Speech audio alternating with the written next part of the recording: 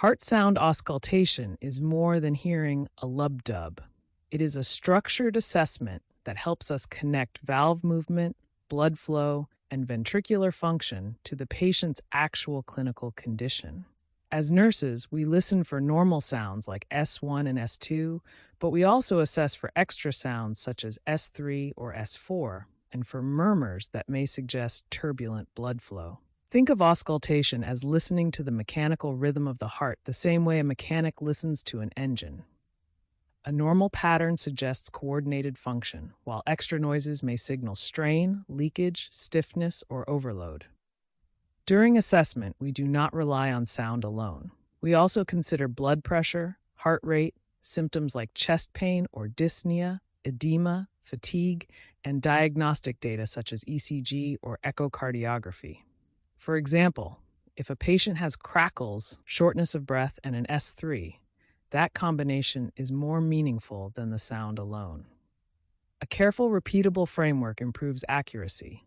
Know where to listen, identify timing in the cardiac cycle, describe loudness, and relate what you hear to patient safety and needed interventions. To auscultate the heart correctly, you need consistent landmarks and a reliable listening order. The 5 standard areas are not directly over the valves themselves. Instead, they are locations where sound transmission is heard best through the chest wall. Start at the aortic area in the second intercostal space at the right sternal border.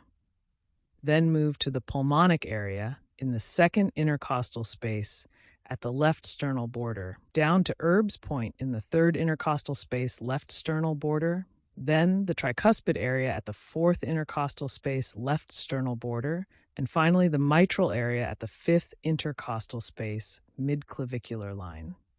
The mnemonic APE helps you remember this sequence: aortic, pulmonic, Erb's, tricuspid, mitral.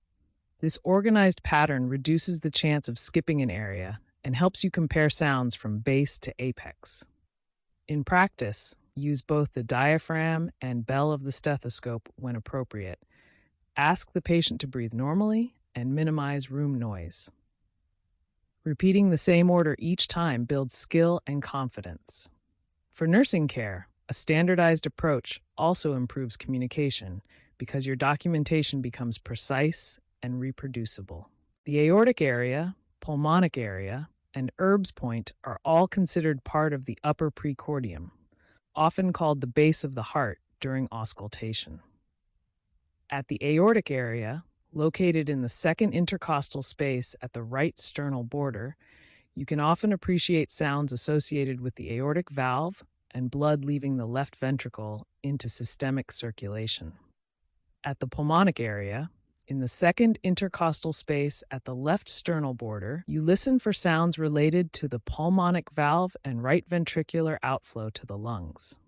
Erb's point, at the third intercostal space left sternal border, is a particularly valuable site because S2 is often heard clearly there, and many murmurs can radiate to this region. Think of Erb's point as a central listening station where multiple sound patterns become easier to compare. Clinically, if you hear an unusual blowing or harsh quality in these upper areas, you may suspect turbulent flow from valve narrowing or incomplete closure. For example, a patient with dizziness, chest discomfort, and an abnormal sound at the aortic area may require further evaluation for aortic valve disease. Nurses should note exact location, timing, and quality of any abnormal finding. The lower precordial areas help us assess the atrioventricular valves and ventricular filling patterns. The tricuspid area is located at the fourth intercostal space along the left sternal border.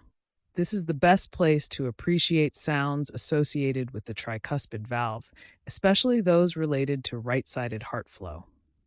The mitral area, also called the apex, is found at the fifth intercostal space at the mid-clavicular line. This site is especially important because S1 is often loudest there, and many clinically significant findings such as mitral murmurs, S3, and S4 are easier to hear at the apex. You can think of the apex as the lower left listening point where left ventricular performance becomes most apparent. If a patient has fatigue, dyspnea on exertion, or orthopnea, careful listening at the mitral area may reveal clues to mitral valve disease or ventricular dysfunction. The apex is also near the point of maximal impulse, so this region helps connect auscultation with palpation findings. For nurses, proper identification of these locations matters because subtle extra sounds can be missed if the stethoscope is placed even slightly off target. Accuracy in apical assessment supports timely escalation and better clinical judgment. Normal heart sounds are the foundation of cardiac auscultation. S1, the lube, is produced when the atrioventricular valves, the mitral and tricuspid valves, close at the beginning of systole.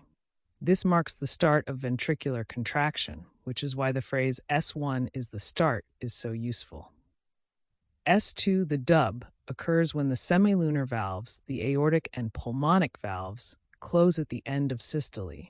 The phrase S2 is the second reminds you that it follows ventricular contraction and signals the transition into diastole.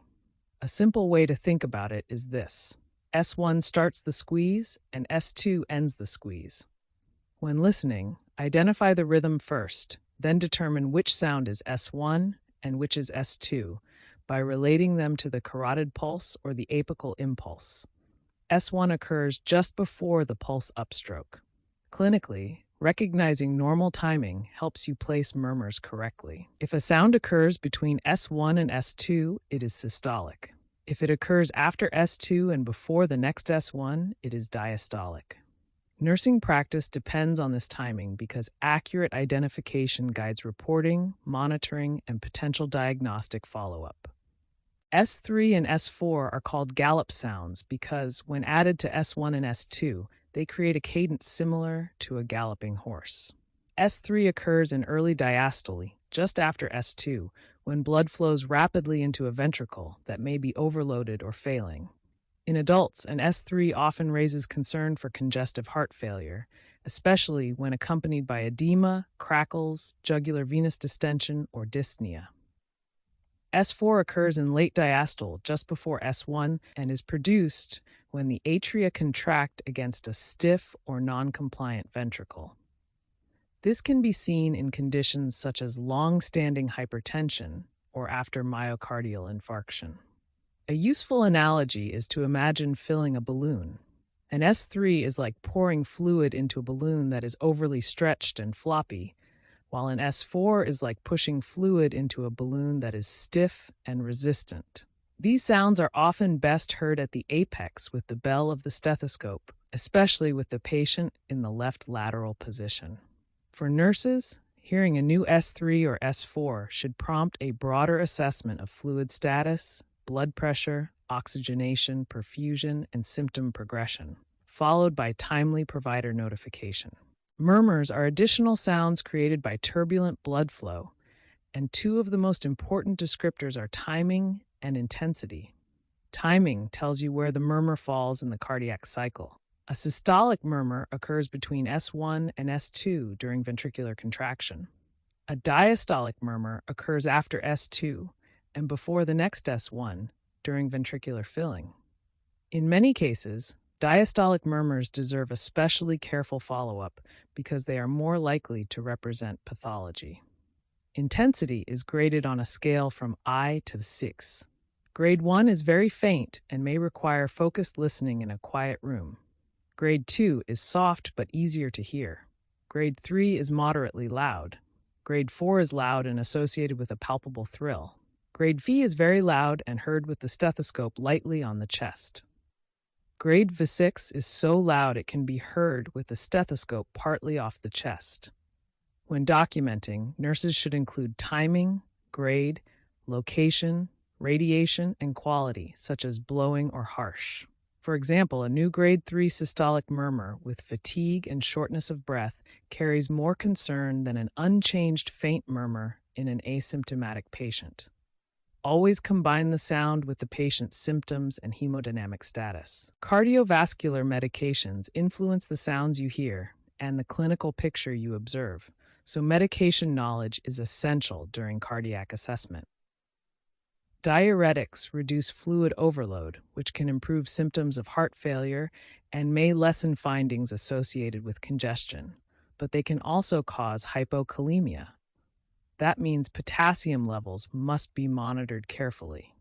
ACE inhibitors lower blood pressure and reduce cardiac workload, but a dry cough is a common adverse effect, and blood pressure should be checked before giving the medication. Beta blockers slow heart rate and decrease blood pressure, which can be very beneficial, yet they may cause bradycardia, so nurses must assess both heart rate and blood pressure before administration. Digoxin increases myocardial contractility, helping some patients with heart failure, but toxicity is a serious risk. Monitor digoxin levels and assess the apical pulse before giving it. Statins lower cholesterol and support long-term cardiovascular risk reduction, but muscle pain and elevated liver enzymes require attention. In practice, imagine a patient with an S3 on diuretics and digoxin. Your job is not only to hear the sound, but also to connect it to fluid status, potassium, pulse, medication effects, and toxicity risk. Good nursing care integrates pharmacology with bedside assessment. As we summarize heart sound auscultation, remember the process is systematic, not random. Use APTM for the auscultation sequence: aortic, pulmonic, herbs, tricuspid, mitral. For valve order, the mnemonic "all patients take meds" helps recall aortic, pulmonic, tricuspid, mitral. Anchor your timing with S1 is the start and S2 is the second. Also remember that gallop sounds, S3 and S4, are extra heart sounds that often suggest abnormal cardiac function. Beyond sound recognition, safe nursing practice requires attention to critical assessment values. Blood pressure above 180/120 mm/Hg and heart rate below 50 or above 120 bpm require urgent evaluation. Potassium normally ranges from 3.5 to 5.0 mg/kg, but levels below 3.0 or above 6.0 are dangerous and can worsen arrhythmia risk. Digoxin is typically therapeutic at 0.5 to 2.0 ml, while levels above 2.5 ng/ml raise concern for toxicity.